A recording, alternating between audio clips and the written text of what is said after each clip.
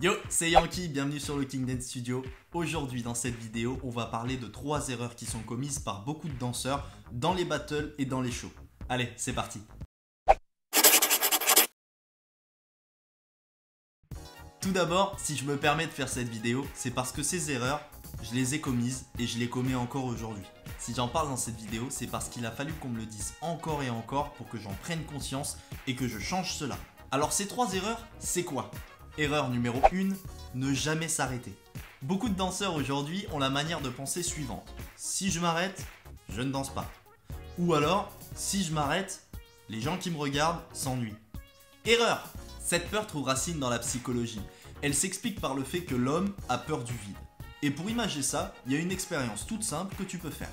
Engage une discussion avec quelqu'un et tout d'un coup, marque un blanc. Tu verras que l'un de vous deux reprendra la parole, même si c'est pour dire n'importe quoi. Et ben en danse, on a peur du vide aussi. Toutefois, c'est en ne s'arrêtant jamais qu'on perd le spectateur. Et la meilleure image qu'on peut trouver pour justifier cette thèse, c'est dans les livres. En effet, si tu lis une phrase longue de 12 lignes sans aucune ponctuation, tu seras perdu avant même d'avoir fini de la lire.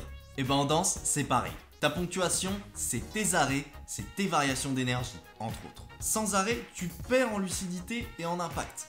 D'ailleurs, pour moi, la phrase la plus marquante à ce sujet aura été « N'aie pas peur de ne rien faire ».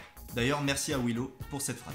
Deuxième erreur, danser avec une large palette de techniques partiellement maîtrisées. Une erreur que je vois beaucoup dans les shows et dans les battles, c'est le fait de vouloir absolument montrer qu'on sait faire 12 000 techniques différentes en pensant que ça va nous permettre de marquer des points vis-à-vis du jury, même si le mouvement est pas super bien fait ou alors qu'il est pas super propre. Erreur! Car la plupart du temps, ces techniques ne sont que partiellement maîtrisées. Quand on voit le nombre d'entraînements nécessaires pour arriver à maîtriser un mouvement et en sachant qu'il faut toujours le retravailler malgré tout, c'est bien normal.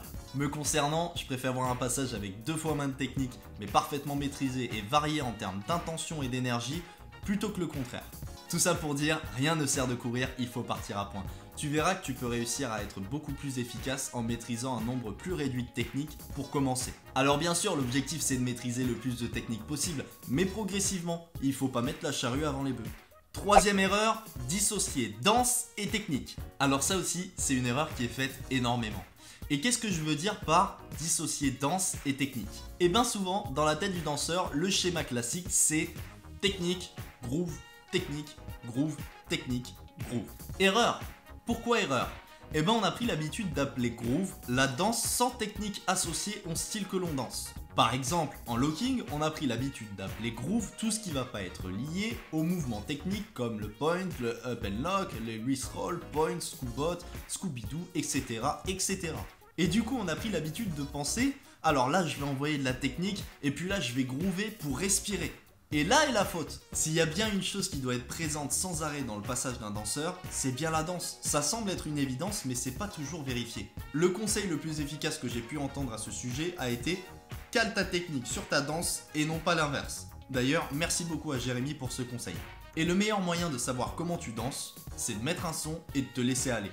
Quand tu comprendras comment tu danses, tu pourras adapter ta technique aux postures qui te sont propres. Là, tu danseras du début à la fin de ton passage. Voilà, c'est la fin de cette vidéo. J'espère que ça t'aura aidé. Encore une fois, si je fais cette vidéo, c'est tout simplement parce que ce sont des erreurs que j'ai moi-même commises et que pour que je m'en rende compte, il a fallu que j'entende et que je comprenne tout ça. Si t'as kiffé, mets un j'aime, laisse un commentaire pour me dire ce que toi-même tu penses et abonne-toi pour pas perdre les prochaines vidéos. Allez, peace!